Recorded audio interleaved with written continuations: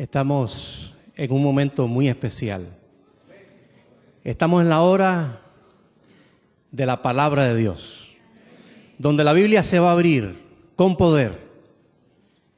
Y el pastor Esteban Bor, quien es un hombre que ha profundizado extensamente en las Sagradas Escrituras, es especialista en profecías de Daniel y Apocalipsis, pero también últimamente se ha especializado en el libro de Génesis. Tiene una serie completa de Génesis especial.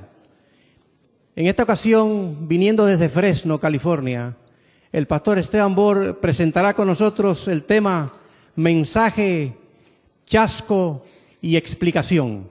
Esperamos que el Espíritu de Dios lo tome y que nosotros podamos tener nuestros oídos abiertos para el mensaje de esta mañana. El pastor Bor con ustedes.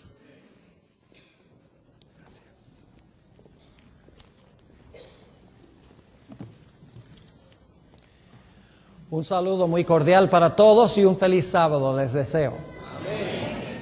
Qué gozo tan grande estar aquí en la casa del Señor en su santo día para tributarle honra, gloria y alabanza. Amén. Que Él se merece como nuestro Creador, nuestro Redentor y nuestro futuro restaurador. Amén. Como se pueden dar cuenta, en nuestro tema de hoy vamos a estudiar sobre un mensaje, un chasco y una explicación. Sin embargo, antes de entrar a estudiar, queremos pedir la bendición de Dios, así que les invito que inclinen sus rostros conmigo y vamos a orar. Padre Celestial, te damos gracias por el privilegio de encontrarnos en tu casa. Pedimos, Señor, la dirección de tu Espíritu Santo. Danos claridad de pensamiento y danos la disposición de recibir y aceptar tu mensaje. Te damos gracias, Padre, por escuchar y responder nuestra oración, porque te lo pedimos en el precioso nombre de tu Hijo, Cristo Jesús. Amén. Para entender el tema que vamos a trazar en el día de hoy, necesitamos repasar muy brevemente el santuario que Dios le mandó a Moisés que construyera en el desierto. Y voy a ser muy breve porque probablemente este santuario es muy bien conocido por la mayoría de los que estamos acá. El santuario constaba de 3 lugares específicos. El primer lugar era un patio que se denominaba el atrio. Y luego estaba el edificio en sí. El primer apartamento de ese edificio se llamaba el lugar santo. Y el segundo apartamento se conocía como el lugar santísimo. Ahora, cada una de las fases de ese santuario representaba una obra especial de Jesús. En esta mañana vamos a estudiar 4 de esas fases de la obra del Señor Jesucristo. Vamos a estudiar el movimiento de Jesús a través del santuario, comenzando en el atrio y moviéndose hasta el lugar santísimo del santuario. Y vamos a encontrar que allí se ilustran varias funciones de Jesús. En primer lugar, vamos a encontrar que Jesús se presenta como un cordero sin mancha y sin mácula. Eso sucede en el atrio.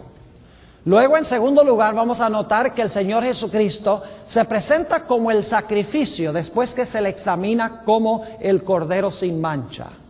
Luego vamos a encontrar que el Señor Jesucristo entra en su ministración en el lugar santo y finalmente vamos a encontrar su movimiento al lugar santísimo del santuario. Ahora vamos a notar en cada una de estas etapas que hay una secuencia de eventos iguales, prácticamente idénticos. En primer lugar, vamos a notar que cada vez que Jesús va a comenzar una obra, hay un gran reavivamiento y reforma entre su pueblo aquí en la tierra cuando Jesús está a punto de comenzar ese aspecto de su obra. Es decir, hay un anuncio en la tierra en cuanto a lo que está a punto de hacer Jesús. Encontramos que en cada caso el Señor Jesucristo va a entrar por una puerta para comenzar esa obra específica. Y vamos a notar también que los que están predicando este mensaje en realidad no entienden a plenitud el mensaje que están proclamando en cuanto a lo que va a hacer Jesús en esa etapa específica. Es decir, hay una mala comprensión sobre ese aspecto de la obra que va a desempeñar Jesús. Vamos a darnos cuenta que en cada etapa hay un chasco de la gente. Es decir, la gente, cuando Jesús no hace lo que ellos esperaban que Él hiciera, quedan chasqueados. Y vamos a encontrar en cada etapa que la iglesia de la época de plano rechazaba lo que Jesús estaba desempeñando en ese momento. Y luego vamos a darnos cuenta que en cada una de las etapas el Señor Jesucristo desempeña su obra y luego un remanente posteriormente comprende a plenitud lo que Jesús estaba haciendo en ese momento. Ahora, yo sé que ustedes, la mayoría de los que están aquí, saben en cuanto al chasco de 1844. Pero saben que en cada uno de los pasos del ministerio de Jesús en el santuario hubo el mismo proceso. Hubo un reavivamiento y un anuncio en cuanto a su obra. Se abrió una puerta. Los que proclamaron el mensaje no lo entendieron bien. Por lo tanto, hubo un chasco. Después del chasco, Dios explicó cabalmente lo que Jesús había hecho usando la palabra, y como resultado un remanente fiel aceptó la obra que Jesús había desempeñado. Así que queremos estudiar en nuestro tema de hoy estas 4 etapas de la administración de Jesús en el santuario. Comencemos en primer lugar entrando por la puerta al atrio del santuario, es decir, al patio del santuario. Lo primero que sucedía allí era que se examinaba la víctima para estar seguro de que la víctima no tenía defecto alguno. Es interesante notar, y solamente voy a mencionar algunos versículos por la premura del tiempo, pero en Levítico 21:21 dice que el sacerdote tenía que estar sin mancha ni contaminación. Y no solo el sacerdote, sino que nos dice Levítico 1 y el versículo 3, entre otros versículos, que la víctima también debía estar sin mancha, ni arruga, ni cosa semejante. Es decir, se debía examinar la víctima para estar seguro de que la víctima era perfecta. Lo interesante es que cuando Jesús se presentó para su obra terrenal, hubo alguien que lo presentó a Él. El que lo presentó se llamaba Juan el Bautista. Y es interesante notar en Juan 1:29 cómo fue que Juan lo presentó. Juan dijo: he aquí el Cordero de Dios que quita el pecado del mundo. Es decir, aquí está el Cordero perfecto, sin mancha, sin contaminación.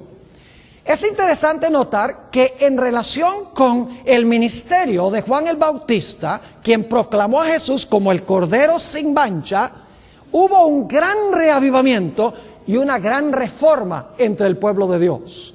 Por ejemplo, nos dice en San Mateo 3, 5 y 6, que salía a Juan toda Jerusalén, toda Judea y las áreas circundantes para escuchar la proclamación del mensaje de Juan. Y estando presentes todos ellos, Juan introdujo a Jesús como el Cordero perfecto, sin mancha, que iba a ofrecer su vida en sacrificio. Es interesante notar en el libro Patriarcas y Profetas, página 364, la descripción que da Elena White sobre la examinación de la víctima. Dice ella allí: los sacerdotes debían examinar todos los animales que se traían como sacrificio y rechazar los defectuosos. Solo una ofrenda sin defecto podía simbolizar la perfecta pureza de aquel que había de ofrecerse como cordero sin mancha ni contaminación. Note lo que dice en Primera de San Pedro, el capítulo 1 y los versículos 18 y 19 sobre el cumplimiento de esta ceremonia de la examinación de esa víctima. Dice allí: sabiendo que fuisteis rescatados de vuestra vana manera de vivir, la cual recibisteis de vuestros padres, no con cosas corruptibles como oro o plata, sino con la sangre preciosa de Cristo, como de un cordero sin mancha y sin contaminación. Es decir, hubo un gran reavivamiento. Juan el Bautista presenta a Jesús como el Cordero sin mancha y sin contaminación, como aquel que va a vivir una vida perfecta. Lo interesante es que Juan el Bautista no comprendió él mismo el mensaje que estaba proclamando. Él pensaba que el Mesías iba a venir, iba a destruir a los romanos y se iba a sentar en el trono de Jerusalén. No entendía qué clase de cordero iba a ser Jesús. Él no pensaba que el Mesías iba a morir. Y sin embargo, con su mensaje vino un gran reavivamiento. Y nos dice en San Mateo el capítulo 11 y el versículo 2 y 3 que Juan el Bautista terminó en la cárcel y estaba chasqueado. Y manda a sus discípulos para decirles, pregúntenle a Jesús si Él es el Mesías o si debemos esperar a otro. Fíjense, el gran reavivamiento, la proclamación del mensaje, el Cordero de Dios. Pero Juan no entendía bien lo que significaba lo que él estaba predicando. Lo interesante es que a pesar de que el pueblo común escuchó y aceptó el mensaje, aunque no lo comprendían plenamente, la iglesia de esa época rechazó de plano el mensaje de Juan el Bautista. Es decir, la iglesia establecida de esa época rechazó el mensaje de Juan. Note lo que dice en San Lucas, el capítulo 7 y los versículos 29 y 30. Lucas 7 y el versículo 29 y 30 sobre la reacción de los dirigentes de la iglesia de aquella época. Dice en el versículo 29, y todo el pueblo y los publicanos cuando lo oyeron, justificaron a Dios bautizándose con el bautismo de Juan. Es decir, el pueblo se entusiasmó y lo aceptó. Pero el versículo 30 dice, mas los fariseos y los intérpretes de la ley desecharon los designios de Dios respecto a sí mismos, no siendo bautizados por Juan. Es decir, la iglesia establecida de la época rechazó el mensaje de Jesús como el Cordero de Dios sin mancha y sin contaminación. Es interesante notar también en el Evangelio según San Mateo, el capítulo 17 y el versículo 12, la descripción del rechazo de Jesús por parte de la iglesia de aquella época. Mateo 17 y el versículo 12. Está hablando Jesús. Mas os digo que Elías ya vino y no le conocieron, sino que hicieron con él todo lo que quisieron. Y ahora escuchen, así también el Hijo del Hombre padecerá de ellos. Ahora surge la pregunta, ¿será que en algún momento Juan el Bautista comprendió cabalmente su equivocación y en realidad entendió qué clase de Mesías iba a ser Jesús? Claro que sí. Noten este comentario en El Deseo de Todas las Gentes, página 188, a donde se explica la situación de Juan el Bautista allí mientras estaba en la prisión. Dice allí, los discípulos llevaron el mensaje y bastó, porque Juan había mandado a los discípulos de él a Jesús para preguntarle si él iba a ser el Mesías o si debían esperar a otro. Y nos dice la Escritura que Jesús no les contestó, sino todo el día sanó enfermos, echó demonios, hizo milagros. Y entonces le dijo a los discípulos, vayan y cuéntenle a Juan lo que ustedes han visto. Así que dice, los discípulos llevaron el mensaje y bastó. Juan recordó, ahora escuchen bien, la explicación de su chasco. Juan recordó la profecía concerniente al Mesías. Me ungió Jehová. Hame enviado a predicar buenas nuevas a los abatidos, a vendar a los quebrantados de corazón, a publicar libertad a los cautivos y a los presos abertura de la cárcel, a promulgar año de la buena voluntad de Jehová. Es decir, Juan ahora entiende Isaías 61 y el versículo 1 y 2. Y luego la autora sigue diciendo, las palabras de Cristo no solo le declaraban ser el Mesías, sino que demostraban de qué manera había de establecerse su reino.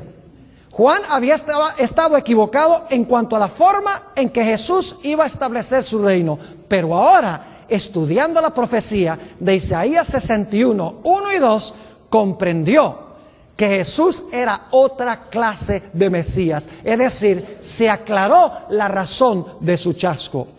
En el mismo libro, la página 196, encontramos esta declaración: aunque ninguna liberación milagrosa fue concedida a Juan, no fue abandonado.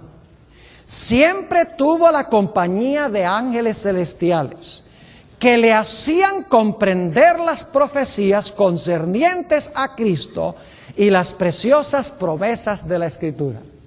Así que encontramos nuestro primer ejemplo. Cuando Jesús se presenta como el Cordero sin mácula, sin mancha, hay este gran reavivamiento. Todos salen a Juan. Juan predica el mensaje y presenta a Jesús como el Cordero de Dios.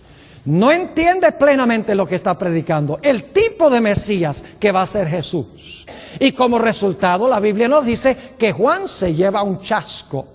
Pero luego vienen los ángeles y le explican a Juan la mala comprensión que tenía, y ahora Juan comprende las profecías y entiende cabalmente la clase de Mesías que va a ser Jesús.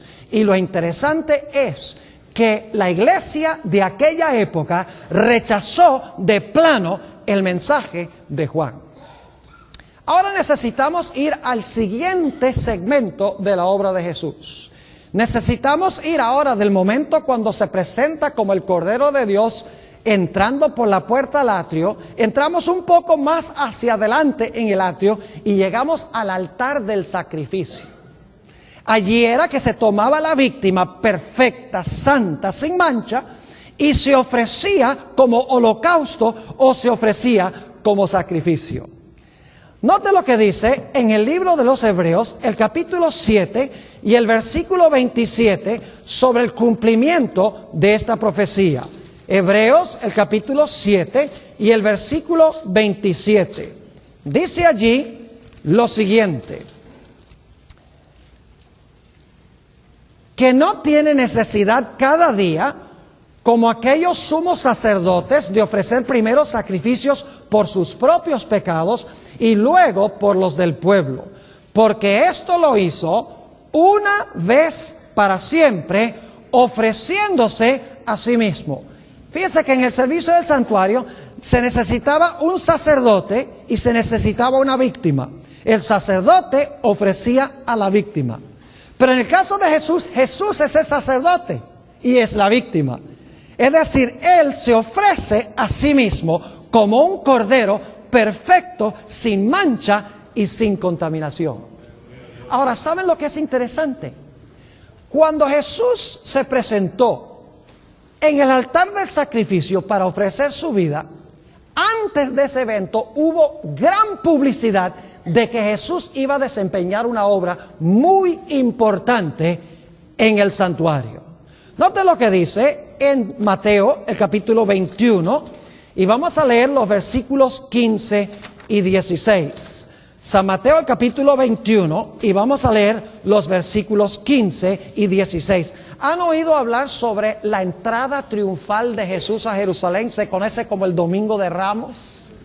Jesús iba a morir en unos pocos días. Se necesitaba gran publicidad en cuanto a lo que Él iba a hacer. Noten San Mateo, el capítulo 21 y el versículo 9 hasta el versículo 11. Y la gente que iba delante y la que iba detrás aclamaba diciendo: Hosana al Hijo de David, bendito el que viene en el nombre del Señor, Hosana en las alturas. Cuando entró Él en Jerusalén, toda la ciudad se conmovió diciendo: ¿quién es este? Y la gente decía: este es Jesús, el profeta de Nazaret de Galilea. Entra como el Hijo de David, entra sentado en un asno, que era la costumbre de los reyes, según dice la Escritura. Noten el versículo 5. Dice: decid a la hija de Sión, he aquí tu qué, tu rey viene a ti manso y sentado sobre un asna, sobre un pollino, hijo de animal de carga. Yo pregunto, ¿hubo gran publicidad para anunciar este evento que se iba a realizar en Jerusalén, la muerte de Jesús? Claro que sí.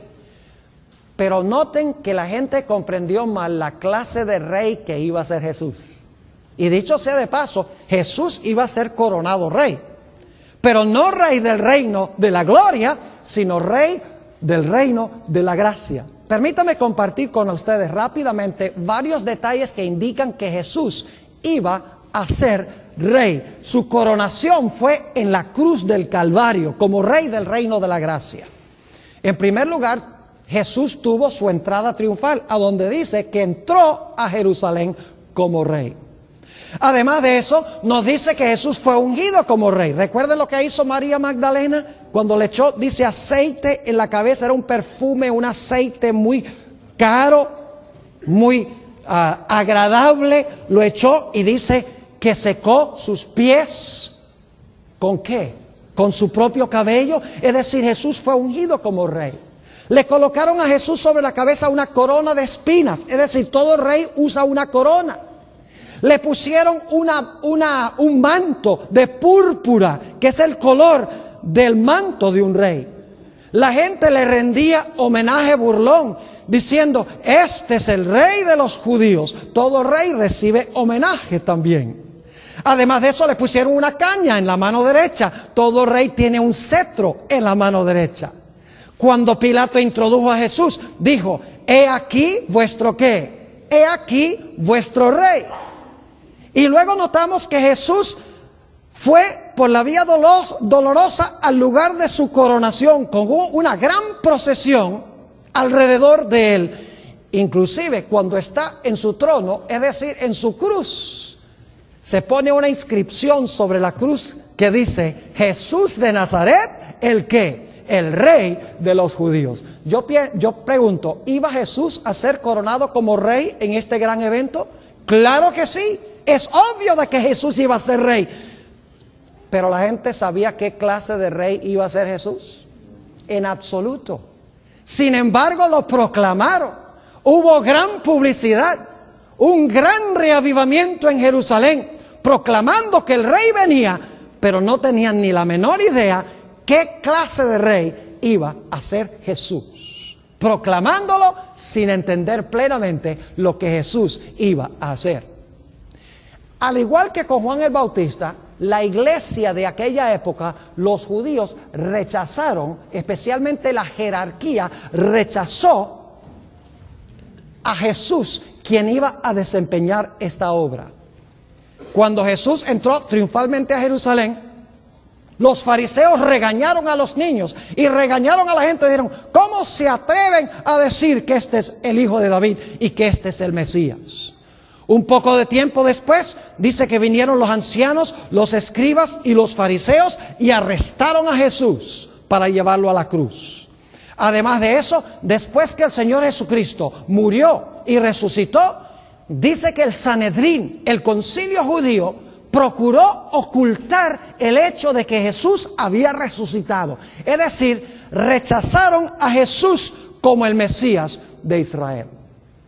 Solo unos pocos días después de que Jesús entrara triunfalmente a Jerusalén como rey, pero no la clase de rey que la gente estaba esperando, nos dice la Biblia que la gente se llevó un gran chasco.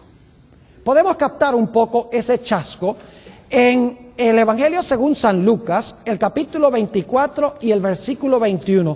Iban dos discípulos de Jesús, no de los 12, pero dos de sus seguidores, camino a un pueblo que se llamaba Emaús. Y quiero que noten el chasco que se llevaron estas personas. Dice en el versículo 21, pero nosotros esperábamos que Él era el que había de redimir a Israel. Además de todo esto, hoy es ya el tercer día que esto ha acontecido.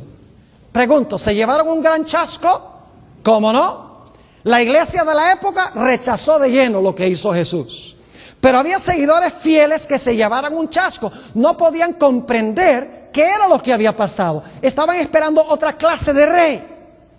Yo pregunto, ¿les explicó Dios la razón del chasco? ¿Llegaron a comprender qué clase de Mesías era Jesús? Claro que sí. Note lo que dice en el Evangelio según San Lucas, el capítulo 24 y los versículos 25 al 27. San Lucas, el capítulo 24 y empezando en el versículo 25.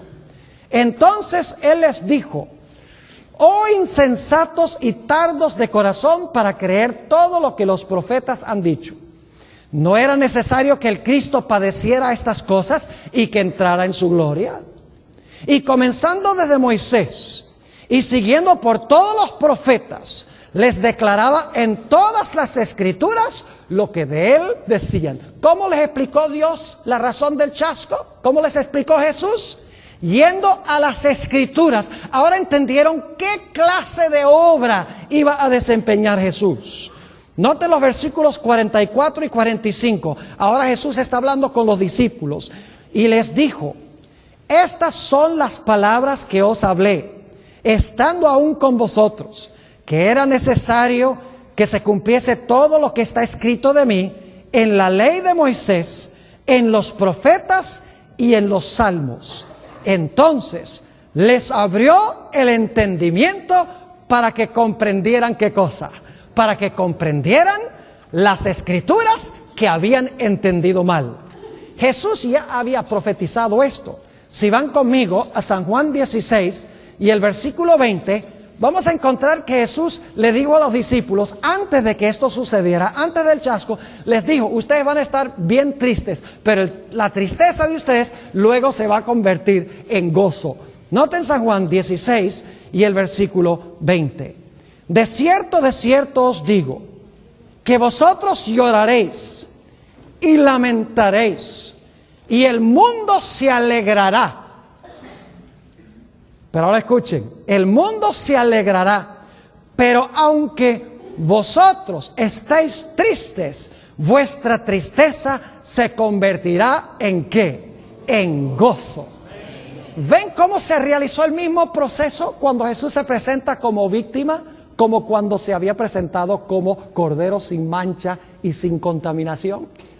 Interesante que el pueblo de Dios pasa por el mismo proceso. Predicación de un mensaje, gran reavivamiento.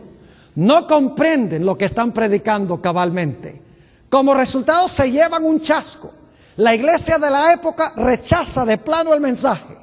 Después del chasco, Dios viene, les abre las escrituras y ahora entienden la función que iba a desempeñar Jesús. Ahora queremos ir al siguiente paso del ministerio de Cristo.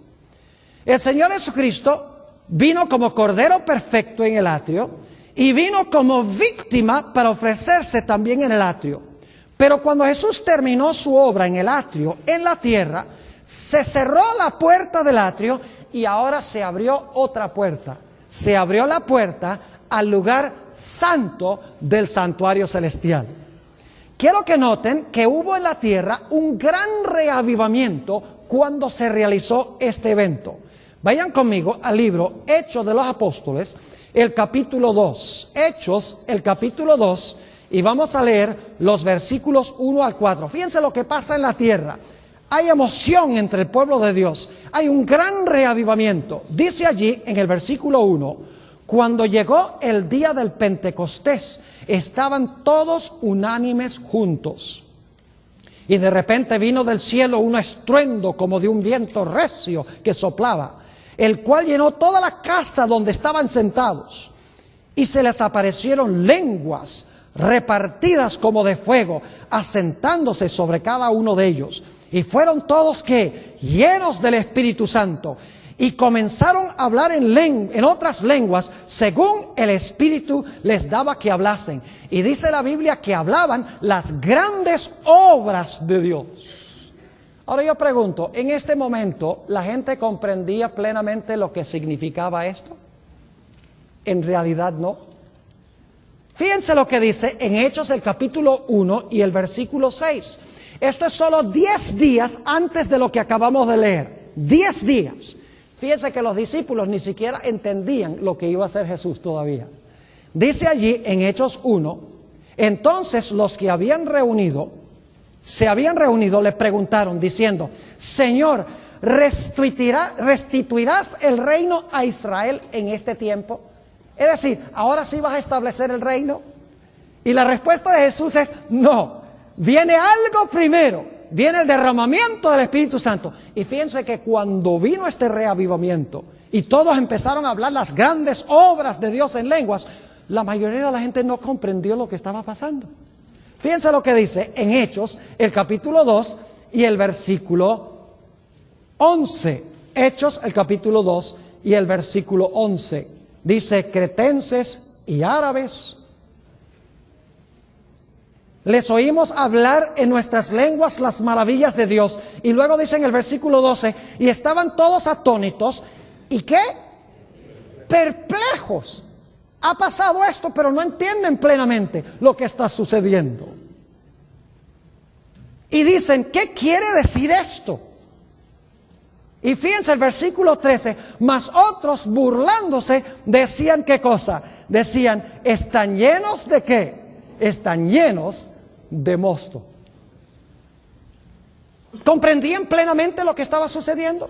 No. ¿Restituirás el reino a Israel? ¿Qué quiere decir esto? Algunos dicen que los que estaban hablando en lenguas estaban borrachos. ¿Qué era lo que había pasado? Lo interesante es que inmediatamente después del versículo 13 se para el apóstol San Pedro y empieza a predicar un sermón.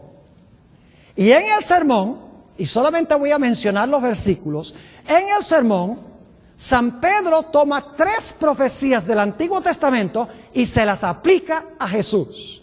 Esas profecías son Joel 2:28, el Salmos 16 y el versículo 10, y el Salmo 110 y el versículo 1. Y San Pedro dice: mire, ustedes quieren saber qué es lo que significa esto. ¿Quieren saber que estos no están borrachos? ¿Quieren saber qué clase de reino va a establecer Jesús? Usa estos versículos para indicar que Jesús estaba comenzando su obra como sumo sacerdote en el lugar santo para interceder por su pueblo que venía a él en oración. Noten esta significativa cita en el libro Hechos de los Apóstoles, página 32. Dice: el derramamiento pentecostal era la comunicación del cielo de que el Redentor había iniciado su ministerio celestial. De acuerdo a su promesa, había enviado el Espíritu Santo del cielo a sus seguidores como prueba de que, como sacerdote y rey, había recibido toda autoridad en el cielo y en la tierra, y era el ungido sobre su pueblo. Yo pregunto, después que Pedro predicó su sermón, ¿la gente entendió plenamente lo que significaba la obra de Jesús en este momento? Claro que sí. Noten Hechos, el capítulo 2 y el versículo 36, y luego entonces voy a saltar al versículo 38.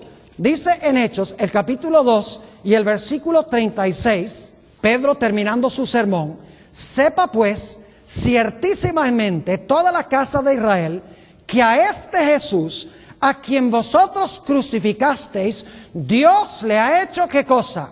Señor y Cristo. Ahora yo pregunto, ¿entendió la gente lo que Pedro estaba tratando de decir?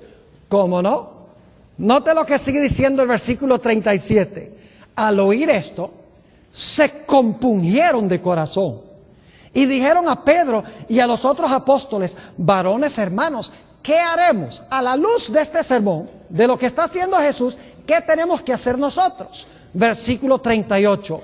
Pedro les dijo: arrepentíos y bautícese cada uno de vosotros en el nombre de Jesucristo para perdón de los pecados, y recibiréis ¿qué cosa? Y recibiréis el don del Espíritu Santo. Es decir, ahora, después que el apóstol San Pedro toma las profecías y las explica, ellos entienden que Jesús no va a establecer su reino terrenal, sino que ahora Jesús ha comenzado su obra como intercesor, y que la gente ahora puede reclamar a Jesús como su Salvador, porque Él vivió la vida perfecta, como estudiamos anoche, la vida perfecta que nosotros debemos vivir. Jesús sufrió la muerte que debemos nosotros sufrir. Y ahora la gente puede venir individualmente a Jesús y decir: acepto tu vida y acepto tu muerte, intercede por mí.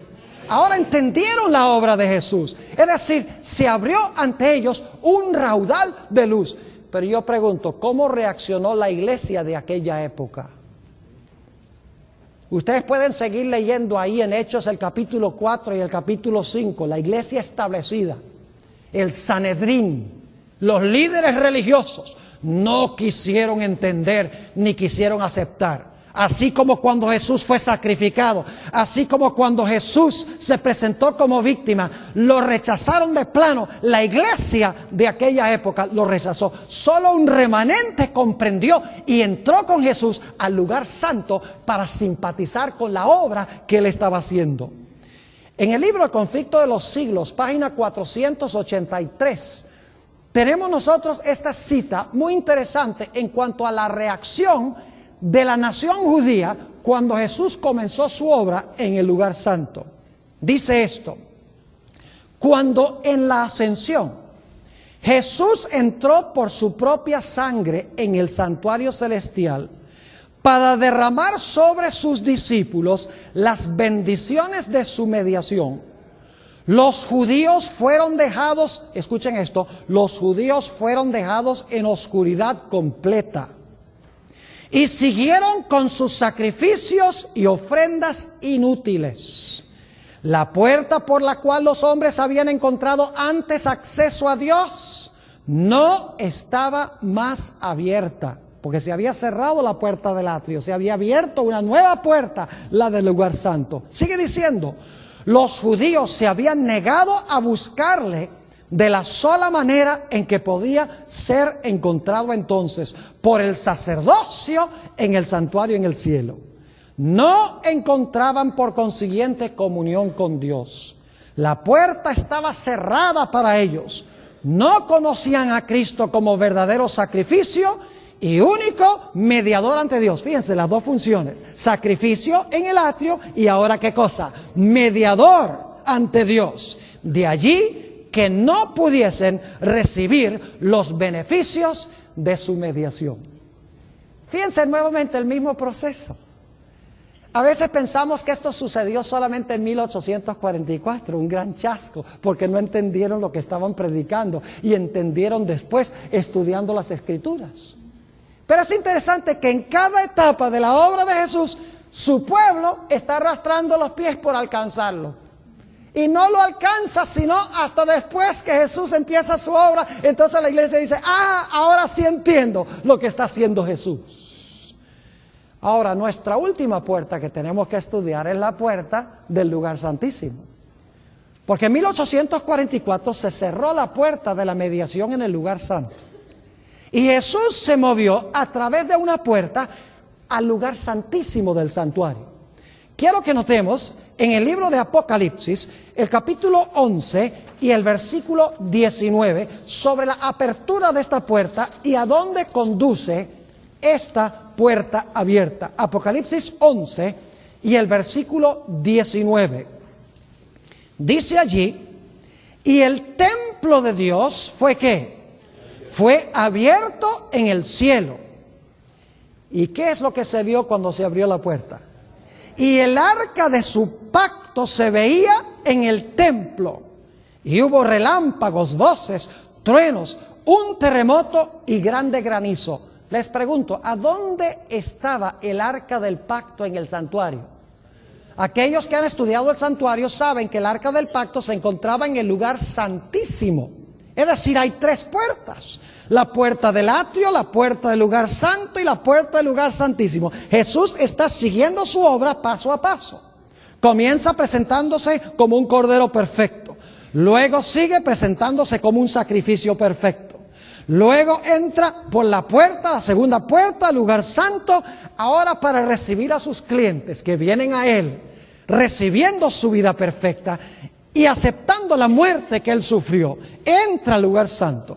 Y luego entonces, en 1844, entra por la tercera puerta, el atrio, lugar santo, por la tercera puerta, entra a donde está el arca del pacto para desempeñar la obra de juicio. Fíjense que Jesús tiene tres funciones: sacrificio, intercesión y juicio. Y en cada uno de los pasos tenemos estas características que hemos estado estudiando. Dicho sea de paso, aquí se aplica también ese texto que estudiamos en la lección de escuela sabática en el trimestre pasado, hasta 2300 días, y el santuario será ¿qué? Y el santuario será purificado. Ahora fíjense, cuando nosotros recibimos a Jesús hoy, recibimos el perdón y Jesús nos limpia a nosotros.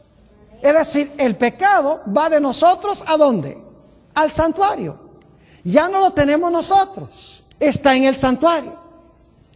Es decir, que el pecado está cubierto por la sangre de Cristo en el lugar santísimo del santuario. Pero algún día, si todos los pecados han entrado a través de Jesús, nuestro mediador, esos pecados tienen que ¿qué?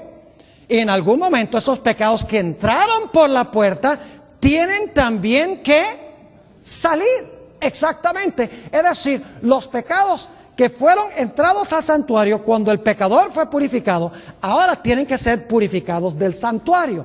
Y eso sucede cuando se abre esta tercera puerta del santuario. Ahora yo pregunto, cuando Jesús iba a comenzar esta obra de purificar el santuario del juicio, ¿hubo un gran anuncio terrenal? ¿Hubo un movimiento que lo anunció en la tierra? Claro que sí. Noten Apocalipsis 14 y el versículo 6 y 7. Apocalipsis 14, 6 y 7. Vi volar por en medio del cielo a otro ángel que tenía el evangelio eterno para predicarlo a los moradores de la tierra, a toda nación, tribu, lengua y pueblo, diciendo a gran voz: temed a Dios y dadle gloria, porque la hora de su juicio llegará. No, la hora de su juicio ha llegado. Y adorad a aquel que hizo el cielo y la tierra, el mar y las fuentes de las aguas. Yo pregunto, ¿quiénes anunciaron este mensaje de la hora de su juicio ha llegado? Ha llegado el momento de purificar el santuario. ¿Quiénes lo anunciaron antes de 1844? Un gran movimiento religioso que se conoce como el movimiento de los Milleritas. Guillermo Miller y más de 50,000 personas predicaron este versículo: hasta 2300 días y el santuario será purificado. Temed a Dios y darle gloria, porque la hora de su juicio ha llegado. Y ellos esperaban que Jesús iba a venir ¿cómo? Como un rey, para establecer su reino glorioso. Iba a regresar a este mundo en poder y en gloria. Ellos consideraban que eso era la purificación del santuario. ¿Y qué fue lo que pasó con este movimiento? ¿Entendiendo que estaban predicando plenamente? No. Sin embargo, Dios le dio publicidad a pesar de que no estaban entendiendo lo que estaban predicando. Claro que sí, en cada uno de los casos. Hay muchas personas que dicen: la iglesia adventista no puede ser la iglesia verdadera porque se basa en un chasco. Pero es que en cada caso hubo un chasco. La gente que lo anunció entendió mal. Hubo un reavivamiento y una reforma, claro que sí. Ahora lo que hizo Dios fue, después de pasar el momento, entonces Dios ahora le explica lo que estaba haciendo. Así que esos milleritas que proclamaron que Jesús iba a venir el 22 de octubre de 1844 se llevaron un amargo chasco. Note cómo se describe en Apocalipsis el capítulo 10 y los versículos 9 y 10. Apocalipsis 10 y el versículo 9 y el versículo 10. Y fui al ángel diciéndole que me diese el librito. Hay un librito, este librito es, no tengo tiempo de cubrirlo ahora, pero es el contenido de Daniel 8, 9, 10, 11 y 12. Es la última mitad del libro de Daniel, donde se encuentra la profecía de los 2300 días. Todos estos capítulos tienen que ver con la purificación del santuario. Dice: y fui al ángel diciéndole que me diese el librito, y él me dijo: toma y cómelo. ¿Cuántos se han comido alguna vez un libro? Figurativamente decimos: ese libro estaba bueno, me lo comí, ¿verdad que sí? Usamos ese lenguaje metafórico, ¿verdad que sí? Porque estaba bueno, estaba sabroso el libro. Así que hay un mensaje en este libro, ¿verdad que sí? Y está sabroso el mensaje. ¿Cuál es el mensaje? Hasta 2300 días y el santuario será ¿qué? Purificado. Ellos entendieron que Jesús iba a regresar al planeta Tierra. Dice: toma y cómelo, y te amargará el vientre, pero en tu boca será dulce como ¿qué? Será dulce como la miel. Entonces tomé el librito de la mano del ángel y lo comí, y era dulce en mi boca como la miel. Pero cuando lo hube comido, ¿qué hizo? Amargó mi vientre. ¿Fue esa la experiencia de los que proclamaron que Jesús iba a venir en 1844? Exactamente la experiencia. Mientras estaban predicando el mensaje, qué dulce era, Jesús iba a venir en las nubes del cielo para establecer su reino. Y esta gente amaba a Jesús más que cualquier otra cosa. Dice que dejaban sus sembrados en el campo, vendían sus propiedades para ayudar a otros a pagar sus deudas. A veces oraban toda la noche, rogaban ante Dios que salvara a sus familiares y a sus amigos del pecado para estar listos cuando Jesús viniese. Amaban en verdad a Dios. Pero cuando Jesús no vino el 22 de octubre de 1844, se llevaron un chasco muy grande. La sierva de Dios dice: lloramos y lloramos hasta que amaneció el día. Y dice la sierva de Dios que el año anterior al chasco fue el año más feliz de toda su vida, ansiando que Jesús viniera. Ahora yo pregunto, después de este chasco, ¿creen ustedes que Dios iba a venir a explicar la razón del chasco e iba a explicar qué es en verdad lo que Jesús iba a hacer? No cabe duda alguna. Y así es que el siguiente día, después del chasco, el 23 de octubre, iba un hermano, uno de los pioneros menos conocidos, con el nombre de Hiram Edson. Dicho sea de paso, el establo de Edson lo han reconstruido, se encuentra allá en New England. Si quieren algún día tomar un tour muy interesante, visiten los lugares históricos de la iglesia adventista allá en Nueva Inglaterra, es extraordinario. Iba cruzando un campo cuando de repente tuvo una intuición, no sabemos si fue una visión momentánea o un pensamiento que le implantó el Espíritu Santo, pero de alguna forma él dice que yo vi claramente que Jesús, en vez de venir a la tierra en 1844, entró al lugar santísimo para desempeñar la labor final de su ministerio en el santuario celestial. Inmediatamente regresó, se reunió con los pioneros que habían estudiado estas profecías y se dieron cuenta que muchas de estas profecías las habían interpretado mal. Por ejemplo, Daniel 7, donde dice que el Hijo del Hombre vino sobre las nubes del cielo. Ellos habían pensado que eso significaba que venía sobre las nubes del cielo a la tierra, pero leyendo con cuidado el texto, se dieron cuenta que el Hijo del Hombre en las nubes no vino a la tierra, sino que fue a la presencia del anciano de grande edad. Leyeron otra vez Lucas 12, una parábola de Jesús, donde dice que Jesús mandó a sus discípulos que esperaran hasta que Jesús regresara de la boda. Es decir, cuando Jesús viniera no es que se iba a casar con su pueblo, sino que se iba a casar con su pueblo allá para luego entonces venir para estar con ellos. Empezaron a estudiar las profecías y se dieron cuenta además que en ninguna parte de la Biblia dice que el santuario es la tierra. Así que Cristo no iba a venir a purificar la tierra como el santuario, porque en ninguna parte dice que el santuario es la tierra.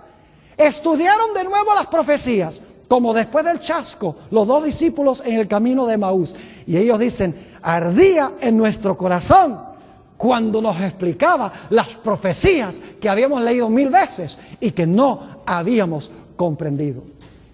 Ahora yo pregunto, ¿cómo reaccionaron las iglesias de aquella época cuando los mileritas dijeron: nos equivocamos de evento, pero sí pasó algo muy importante en 1844? Todas las iglesias dijeron: esta es la verdad de Dios, aceptémosla.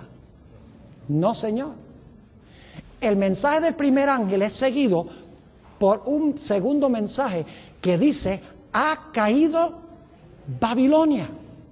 Es más, en la iglesia de Filadelfia, que es la iglesia de esta época, dice que Dios coloca delante de Filadelfia una puerta abierta. Es la puerta que lleva al lugar santísimo del santuario. Y dice allí que los que rehúsan entrar por la puerta del lugar santísimo del santuario se convirtieron en la sinagoga de Satanás.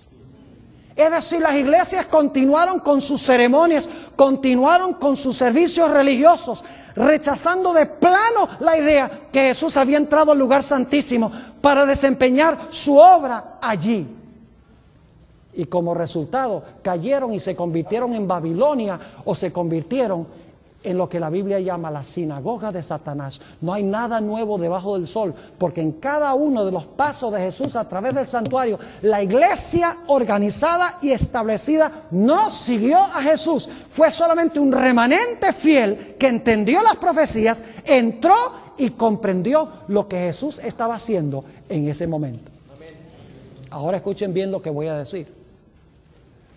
El Señor Jesucristo hoy en día está metiendo nuestros pecados al santuario. Todavía sirve como nuestro intercesor.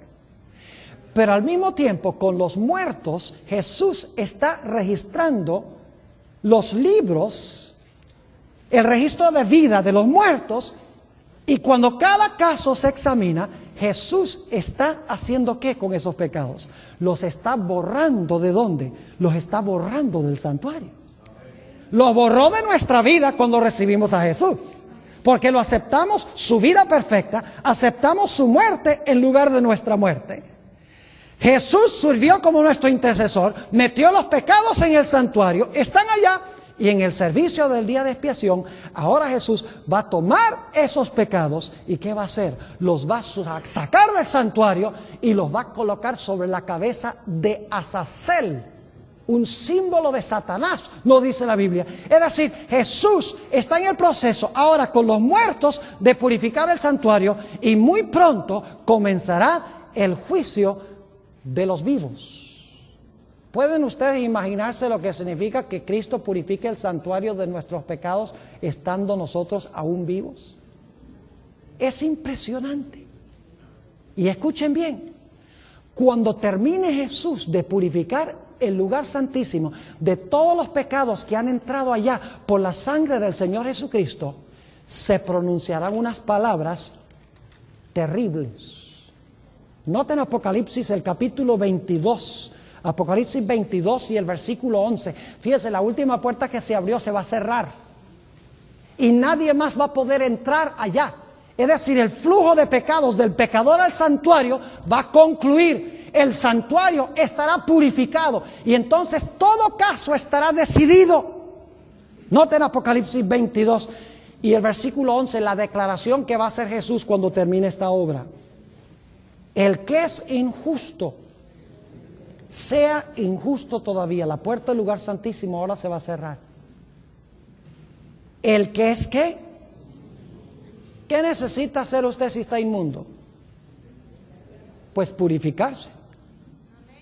Pero va a llegar un momento en que el que es inmundo va a seguir siendo inmundo. ¿Por qué razón? Porque no mandó sus pecados ¿a dónde? Al santuario. No recibió a Jesús como el Cordero Perfecto. No recibió la muerte de Jesús. No lo reclamó como intercesor para meter los pecados allá. Solo los pecados que entran allá son los pecados que salen de allá. El que es injusto sea injusto todavía, y el que es inmundo sea inmundo todavía. El que es justo practique la justicia todavía, y el que es santo santifíquese todavía. Y el santuario se cerrará. No podremos entrar más allí para que nuestros pecados sean purificados de nuestra vida ni del santuario. Yo creo que ese tiempo viene pronto, mis queridos hermanos y amigos. Y Dios nos está llamando a nosotros para que nosotros sigamos en Jesús, a Jesús en su labor en el santuario. Que lo recibamos en primer lugar como el Cordero perfecto, para que su vida esté en lugar de nuestra vida. En segundo lugar, que lo recibamos como sacrificio, que Él murió la muerte que yo debo sufrir y que tú debes sufrir. Y que luego, aceptando su vida perfecta y su muerte por nosotros, vengamos a Él y decirle: Señor Jesús, sé mi intercesor, sé mi abogado, porque si no estoy perdido. Y entonces Jesús me representa. Yo le mando mis pecados a través de la oración al santuario, y Jesús pone los pecados en el santuario.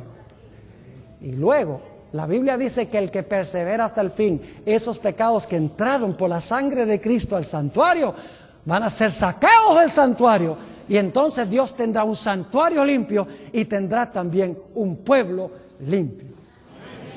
Ahora surge la pregunta: ¿cómo es que nosotros podemos estar limpios. Quiero decirles, tenemos que tomar un primer paso. ¿Saben cuál es el primer paso que tenemos que tomar para que nuestra vida sea limpiada? Hablamos de eso anoche. ¿Recuerdan el apóstol Pablo cuando era Saulo de Tarso? Cuando fue allá a la casa de Ananías, ¿qué le dijo a Ananías? ¿Por qué te detienes? Levántate. ¿Y qué?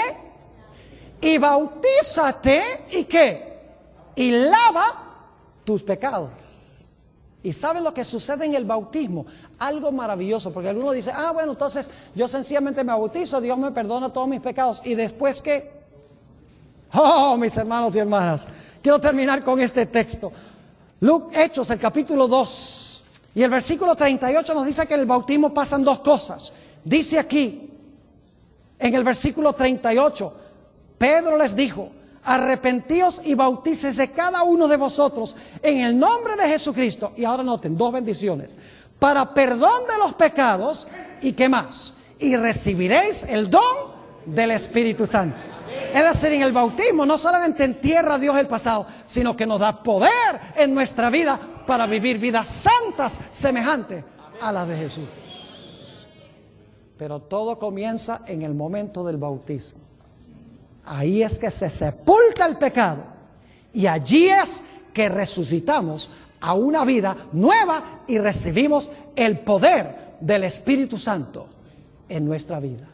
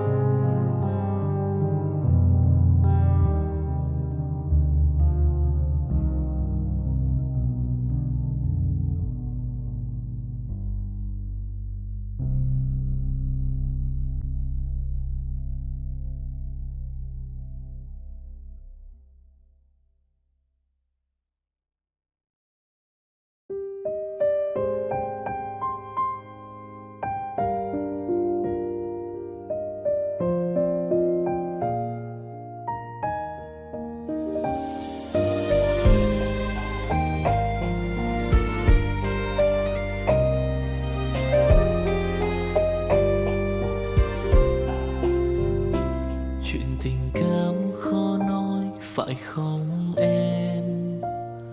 Chuyện tình yêu đâu biết được ngày mai. Rồi hôm nay em bên ai, nhìn em khóc trên vai. Thôi hãy quên đi, về với em hiện tại. Anh còn nhớ về ngày ta còn đắm say. Anh vẫn nhớ về người bên anh khi ấy. Em đã quên rồi câu hứa yêu trọn đời. Em bỏ anh rồi, em vui tình nhân mới. Cuộc tình này đã khác rồi, mình kết thúc em ơi. Chuyện tình này đã chết rồi, còn tiếc chi em ơi. Một lần em gian dối rồi, còn cố yêu không vui. Một lần em đã phản bội, làm vết thương chưa nguôi. Thì anh vẫn sẽ mỉm cười, người khác làm em vui. Còn anh xin kết thúc và giữ chút đau thương thôi. Ở nơi xa luôn nhớ về một mối duyên tình phai.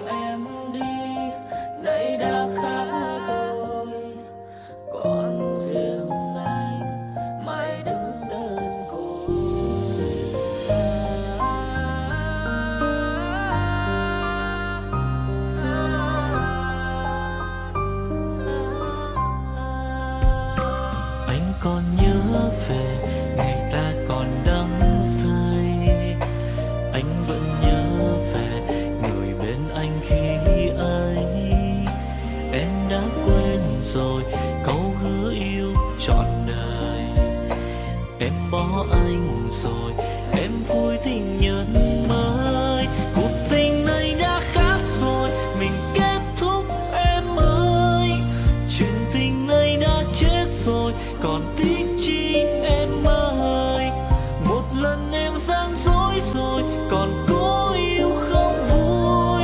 Một lần em đã phản bội, làm vết thương chưa nguôi, thì anh vẫn sẽ mỉm cười, người khác làm em vui. Còn anh xin kết thúc và giữ chút đau thương thôi. Ở nơi xa luôn nhớ về một mối duyên tình phai.